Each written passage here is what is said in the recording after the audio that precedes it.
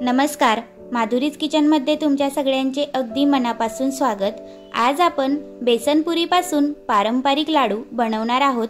हे लाडू मी पाक न बनवता बनवलेले आहेत। या लाडूंना दामट्याचे लाडू किंवा चुरम्याचे लाडू सुद्धा म्हटले जाते। आपण आज हे लाडू पाक न बनवता बनवणार आहोत।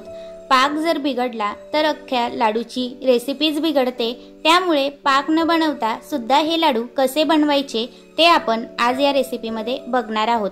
त्यासाठी मी 1.5 कप बेसन पीठ घेतलेले आहे। त्याला आपल्याला थोडे थोडे पाणी घालून या पद्धतीने मळून घ्यायचे आहे। जास्त पाणी टाकायचे नाही, बेसन हे चिकट असते त्यामुळे पाणी लगेचच शोषून घेते। थोडे थोडे पाणी करून अशा प्रकारे आपल्याला डो तयार करायचा आहे। डो हा जास्त नरम सुद्धा नको, कारण बेसन चिकटते, पुरी सुद्धा आपल्या पोळपाटला चिकटणारच, त्यामुळे अशा पद्धतीने थोडासा कडकच डो ठेवायचा। आता आपण याचे गोल गोल गोळे तयार करून याच्यापासून पुरी लाटून घ्यायची आहे। यामध्ये आपण जराही मिठाचा किंवा कशाचाही वापर केलेला नाही, अगदी फक्त बेसनच आपण मळून घेतलेले आहे। हे बघा, अशा पद्धतीने आपल्याला पुरी लाटून घ्यायची आहे। पुरी जर पोळपाटला चिटकत असेल तर तुम्ही पीठ लावून सुद्धा लाटू शकतात।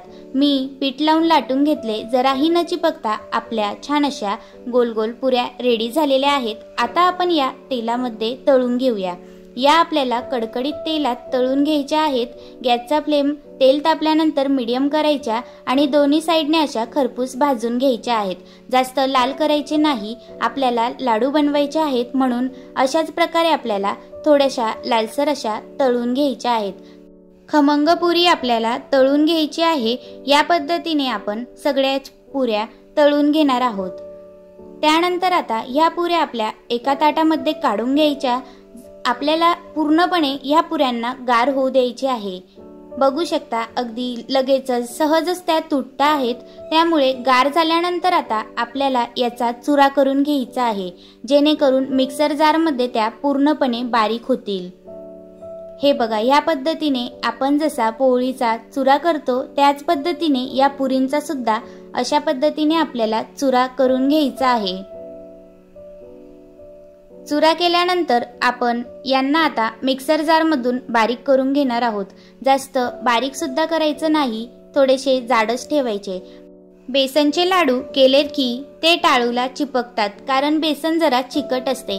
जर आपण ह्या पद्धतीची रेसिपी केली तर टाळूला जराही न चिपकता आपले लाडू तयार होतील। बघू शकता, जाडसर असा रवासारखा आपण ही पुरी दळून घेतलेली आहे। सगळी पुरी दळून घेतल्यानंतर यामध्ये छान अशी लाडूला चव यावी म्हणून अर्धा चमचा इलायची पावडर टाकायची, एक छोटी वाटी मनुके टाकायचे, काजू बदाम सुद्धा टाकू शकता। त्यानंतर अर्धा कप आपल्याला यामध्ये पिठी साखर टाकून घ्यायची आहे। कपच्या मेजरमेंट नुसार मी माप घेतलेले आहे। जर वाटी असेल तर 1.5 वाटी बेसन पीठ घ्या आणि अर्धी वाटी पिठी साखर घ्या। सगळी साखर यामध्ये आपल्याला एकजीव करून घ्यायची आहे। बघू शकता, छान एकजीव झाल्यानंतर पाव वाटी आता आपल्याला कडकडीत तूप गरम करायचे आहे। त्यानंतर कोमटच आपल्याला अशा पद्धतीने हाताने हे तूप एकजीव करून घ्यायचे आहे। जर तुम्हाला जास्त गोड हवे असतील लाडू तर तुम्ही अजून थोडी पिठी साखर ऍड करायची। अशा प्रकारे तूप टाकल्यानंतर गरम गरमच आपल्याला हे लाडू वळून घ्यायचे आहेत। छान मस्त गोल गोल लाडू वळून घ्यायचे।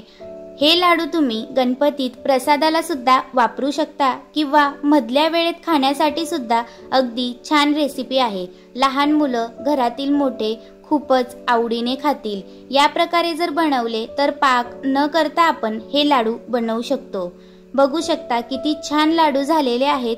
हातात सुद्धा लगेचच पटकन असे तुटले, अगदी खायला सुद्धा तोंडात लगेचच विरघळत होते। एवढे मऊ आपले हे बेसनपुरीचे लाडू झालेले आहेत। ही एकदम जुनी पारंपरिक पद्धती आहे। बाकी ठिकाणी अशा प्रकारे लाडू बनवले जात नाही, डायरेक्ट पिठापासून बनवतात। जर तुम्ही ह्या पद्धतीने हे लाडू बनवले तर टाळूला न चिपकता अगदी खायला छान खरपूस लागतात। अशा प्रकारे तुम्ही दिवाळीत सुद्धा लाडू बनवू शकतात किंवा मधल्या वेळेत सुद्धा खायला, किंवा मग आता गणपतीच्या सीझन मध्ये प्रसादाला सुद्धा झटपट बनवू शकतात। जर तुम्हाला माझी आजची ही बेसनपुरीच्या लाडूची रेसिपी आवडली तर माझ्या चॅनलला सबस्क्राइब, लाईक नक्की करा।